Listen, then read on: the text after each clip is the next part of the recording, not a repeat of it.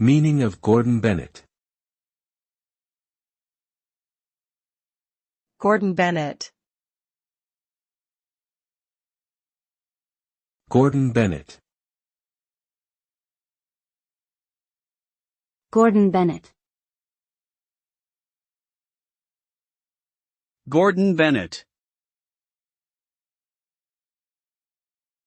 Gordon Bennett is an exclamation of surprise or disbelief that originated in the late 19th century.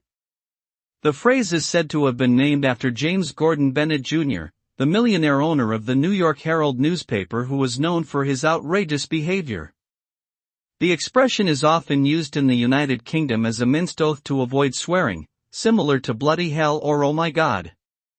Despite its origins in the American press, the phrase has become a popular part of British slang and is still used today.